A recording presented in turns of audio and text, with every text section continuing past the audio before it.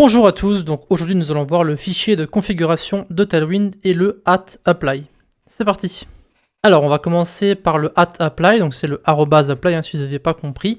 Donc premièrement on va se rediriger directement sur notre petit fichier, notre petit projet avec Tailwind ici. Donc vous pouvez voir que pour l'instant, dans la dernière vidéo nous avions créé un bouton avec plusieurs classes. Donc, vous pouvez voir ici vous avez BG Gray, ça vous vous souvenez. Maintenant le problème c'est qu'il y a peut-être trop de classes sur notre bouton. Donc maintenant, vous posez peut-être la question, comment est-ce qu'on peut faire un bouton comme ça, du coup? Alors, on fait bouton, on met .btn et .btn primary, donc button, et donc ici, on veut que les classes que j'ai mis sur ce bouton-là soient transférées dans ces deux classes-là, pour pas que notre fichier HTML soit trop gros. Et bien, c'est ici que la directive @apply va s'appliquer. Donc si vous mettez ici @apply, vous pouvez voir le @apply.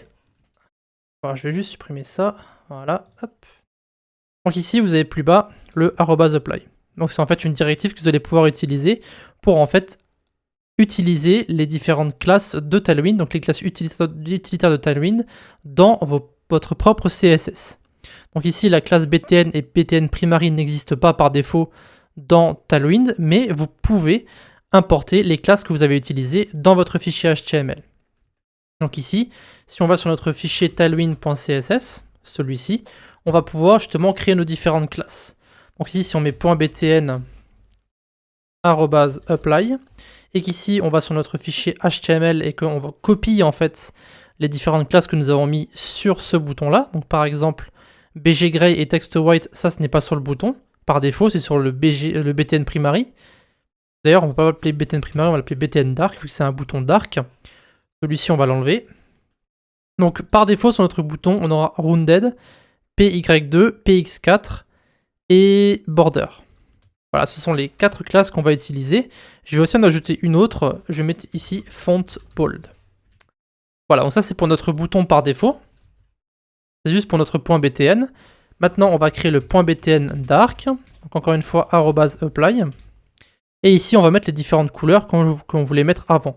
Donc la couleur de la bordure, la couleur du texte et la couleur de l'arrière-plan. On va aller sur notre fichier HTML. On va mettre bggray, text white et border purple. Alors on va changer la bordure évidemment, parce que c'était un peu pour plaisanter, on va dire. Donc border gray, et on va mettre un gris plus clair. Donc on va mettre ici border gray 500. Voilà, et enfin, on va mettre le btn dark over. Et ici, on met encore le @apply, sauf qu'on va pas mettre le over comme sur le index.html ici. D'accord? On va juste mettre text black et bgwhite. On va récupérer tout ça. Voilà, et on le colle ici et on enlève le over et le double point. Du coup, on arrive sur du CSS qui est plus ou moins basique. Vous pouvez voir ici, vous avez l'apply de ces différentes classes-là. Donc rounded, PI2, PY2, PX4, border, font bolt. Et pour le BTN dark, vous avez bggray 800, text white et border gray 500. Et pour le over, donc la pseudo-classe over, vous avez le text black et le bgwhite. Alors, ici, ce qu'on va devoir faire, c'est évidemment relancer notre script npm build CSS. Voilà, donc ça va être relancé automatiquement. Donc ça va prendre un peu de temps, vu qu'il faut refaire tout le CSS à chaque fois. Voilà, ça c'est bon. Et maintenant, du coup, si vous allez sur on va ouvrir le Go Live ici, pour ouvrir sur la page, vous pouvez voir que nous avons notre bouton. Donc vous pouvez voir que le premier bouton, donc celui-ci, évidemment, qui n'a plus de classe, on va pouvoir l'enlever. Par contre, le bouton que nous avons créé ici, avec notre BTN, BTN Dark et BTN Dark Over, avec le @apply, vous pouvez voir que ça s'est maintenant appliqué à notre bouton. Voilà. Ok, donc c'est plus ou moins tout pour le @apply. On va pouvoir maintenant passer au fichier de configuration qui est ici. Vous avez customisation, configuration. Donc pour créer un fichier de configuration qui va ressembler à ça, donc ça ne ressemblera pas à ça, mais ça peut ressembler à ça. Vous pouvez mettre le font family, extend des couleurs, des margins. Vous pouvez aussi changer le container qu'on verra juste après. Et donc pour créer ce fichier de configuration, vous allez utiliser npx tailwind init. Et donc vous allez générer ce fichier qui est ici. Donc on va sur notre petit terminal, on va taper npx tailwind init, on va initialiser notre fichier, voilà, on va l'ouvrir, donc il est ici, à la racine. Et donc là, vous avez thème, extend, variants et plugin. Donc on verra petit à petit à quoi ça correspond. Par contre, ce qu'on va faire maintenant, c'est voir comment modifier une classe avec le fichier de configuration. Donc par défaut ici, disons que j'ai envie de mettre mon bouton dans un container. Et donc ici, dans d'autres frameworks, comme par exemple Bootstrap, Bulma ou des trucs comme ça, lorsque vous allez mettre un container, ça va automatiquement mettre un max width de tant et tant de pixels, et ça va centrer notre contenu. Sauf que, comme j'ai dit, avec Tailwind, vous n'avez que des classes de bas niveau. Donc certes, le container va être appliqué. Si on regarde sur notre petite console ici, je vais zoomer un petit peu. Si on regarde sur notre bouton, si on va sur notre container, vous pouvez voir qu'ici, on a bien un max width de 768 pixels.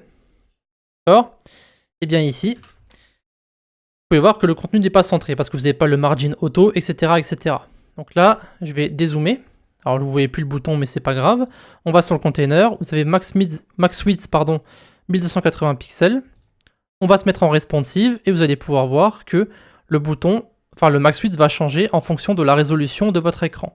Donc ici, si on descend, vous pouvez voir que le max width va passer à 1024, 768, 640 et enfin 100%. Voilà, on pourrait jouer avec le container comme ça. Maintenant, imaginons que vous voulez donc mettre votre bouton au centre avec votre container.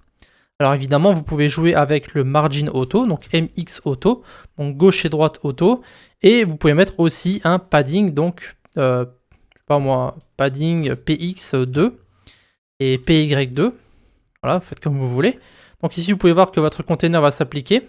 Si on regarde maintenant notre container, vous pouvez voir que vous avez bien la margin, le padding et le tout qui a été centré, donc avec le margin auto et le padding de 2 REM, pas 2 REM, 0,5 REM du coup vu que c'est PY2, eh bien on peut faire en sorte que ces différentes classes ici s'appliquent automatiquement sur votre container.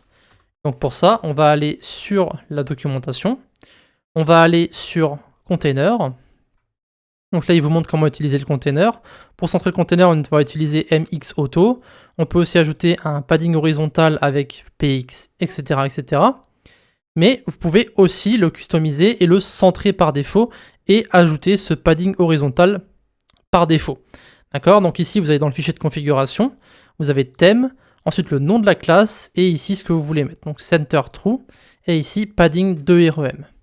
Donc si vous allez sur votre fichier de configuration et qu'ici on enlève le extend, d'accord, donc on va mettre thème container, et dans ce container, on va mettre ici center true et padding de REM.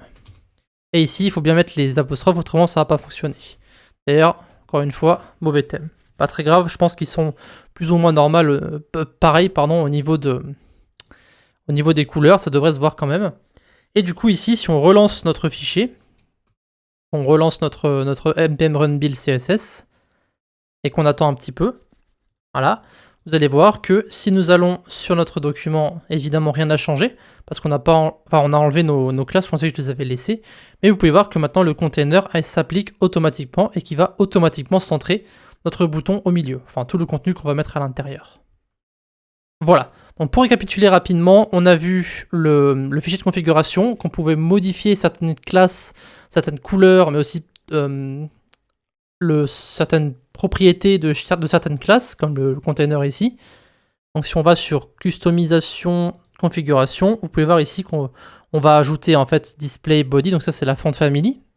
Vous avez ici les différentes couleurs qui peuvent être modifiées, donc les nuances de couleurs. Donc si par exemple le BG Gray ne vous convient pas, vous pouvez très bien changer le Gray qui est ici, dans une autre couleur. Vous pouvez aussi changer les différentes unités sur les margins et padding, etc., etc. Voilà, donc tout ça, c'est marqué ici, ce que vous pouvez modifier, etc., etc. Vous pouvez modifier les différents points de cassage de votre projet. Donc ça, c'est SM, MD, LG, XL. Ça, c'est par défaut, mais vous pouvez très bien les changer. Voilà. Donc encore une fois, lorsque vous apprenez un framework, l'habitude d'apprendre, c'est de lire la documentation et de faire des tests. Donc, faire des tests. Vous essayez ce qui est marqué et vous essayez de comprendre et faire vos petits projets à partir de là. Voilà, donc ce sera tout pour notre directive @apply et pour notre fichier de configuration. On aura évidemment l'occasion de le remplir par la suite. Évidemment, je pense pas qu'on va trop s'attarder sur Tailwind parce que comme vous pouvez le voir, vous avez beaucoup de liberté, hein. Ça veut dire que vous allez faire beaucoup d'erreurs. Mais encore une fois, je pense que c'est, enfin à mon goût en tout cas, le meilleur framework CSS, donc vous avez le plus de liberté. Et c'est bien comme ça. Voilà, donc on va passer maintenant à autre chose sur Tailwind et on se reprend dans un instant.